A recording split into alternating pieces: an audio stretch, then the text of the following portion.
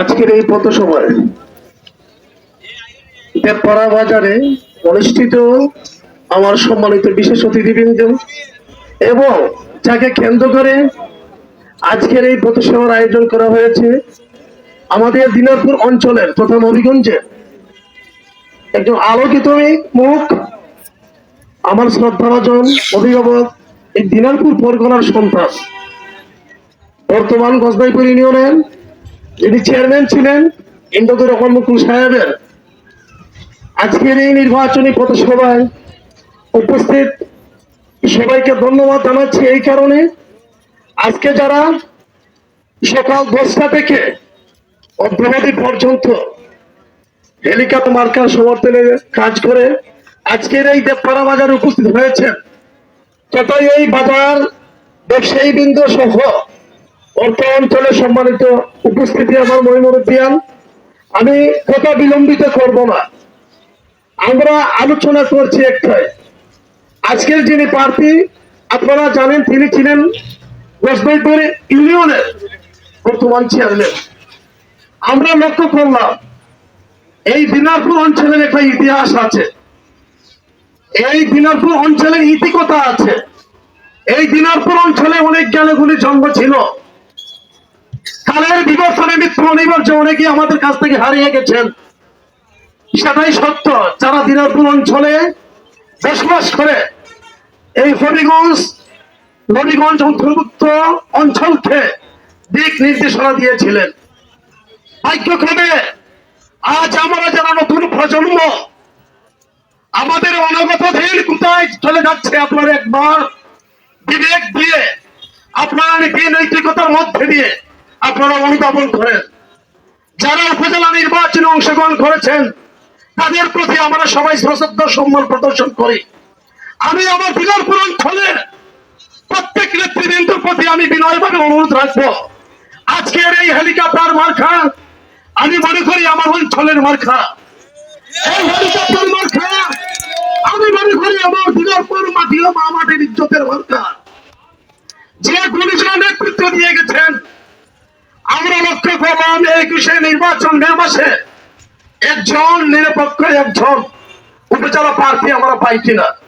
তখন কিন্তু আজকের এই বর্তমান প্রার্থী হওয়ার কথা ছিল না, ওনার মধ্যে সেই নির্বাচন করবে সেই মনোভাব ছিল না। আমরা 3টা ইউনিয়নকে লক্ষ্য করে দেখি একটা উপজেলা প্রার্থী আমরা পাই নাই, একজন আমরা যাকে টোটাল উপজেলা নিয়ে নির্বাচন করতে পারবো সেই রকম প্রার্থী আমরা পাচ্ছি না।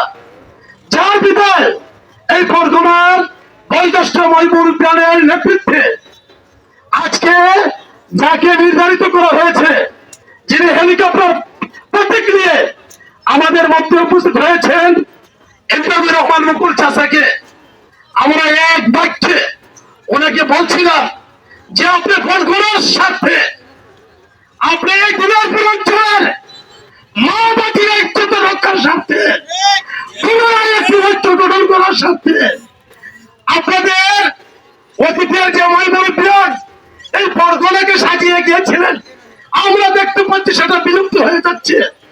আমাদেরকে একটা সুন্দর বাগান সাজিয়ে দিয়ে যান।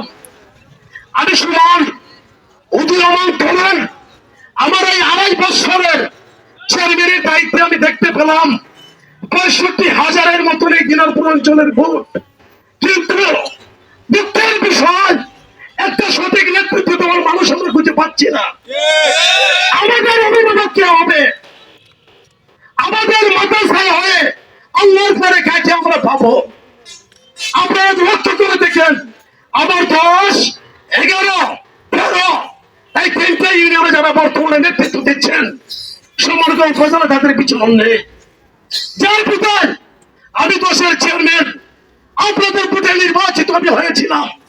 আমি আমার স্বার্থে নয়, ইন্দ্রদুর রহমান মুকুল চাচার স্বার্থে নয়, আমি কাজ করে যাচ্ছি অদ্যাবধি পর্যন্ত এই দিনাজপুর এলাকার মানুষের স্বার্থে, অনাগত সন্তানের স্বার্থে, আমাদের ভবিষ্যৎ প্রজন্মের রক্ষা করার স্বার্থে। যদি একটা বাগান সৃষ্টি হয়ে যায় ইন্দ্রদুর রহমান মুকুল চাচার সমন্বয়ে হেলিকপ্টার প্রতীকের মাধ্যমে আবার একটা দিনাজপুর অবস্থান ফিরে আসবে, এই আশা প্রত্যয় রেখে যারাই ক্যান্ডিডেট হয়েছেন অধিকাংশ প্রার্থী কিন্তু পশ্চিম অঞ্চলে, ওরা বলে পূর্ব অঞ্চল। আপনারা জানেন তারা এখানে বলে দিনাজপুর অঞ্চল একটি রাত্রে এক হয়ে যায়। এটা কিন্তু আপনারা আমার গুলিতে লেগে গেছেন। আশা রাখবো যারাই আজকে কথা শুনছেন, পূর্বপুরুষের স্মৃতি বিজড়িত এই দিনাজপুর অঞ্চল, হযরত শাহজালাল রহমতুল্লাহির সফর সঙ্গী, তাদের আস্থানের পূর্ণভূমি এই দিনাজপুর অঞ্চল। এই মাটির সোনায় রূপিত এই অঞ্চলের মানুষ সুন্দর সামনে ঐতিকতার মধ্যে দিয়ে বসবাস করে। এই 21 নির্বাচন আমি মনে করি আমাদের সঙ্গে অনেকত দিনের জন্য একটা সুফল। সেই হিসাবে আজকের এই পথসভায় দাঁড়িয়ে আমি কথা বলবো দলপক্ষের বিশেষে। ইমদাদুর রহমান মুকুল চাচা ভুল করে দেখতে পারে, মানুষ মাত্রই ভুল। সেই ভুলের দিকে লক্ষ্য না করে আমাদের এলাকার প্রতি লক্ষ্য রেখে আমাদের অতীতের ময়মরিদানের ইতিহাস সম্মান রক্ষা বজায় করার স্বার্থে, আগামী দিনের একটি সুন্দর বাগান সাজানোর স্বার্থে, একটি নতুন প্রজন্মকে নেতৃত্বে গঠন করার লক্ষ্যে এই হেলিকপ্টারকে আমি মনে করি নির্বাচিত করা এই দিনাজপুর পরগনা মানুষের জন্য উচিত। সেই আশা প্রত্যয় রেখে সবার সুস্বাস্থ্য মঙ্গল কামনা করে আমার বক্তব্য এখানে শেষ করছি। আসসালামু আলাইকুম।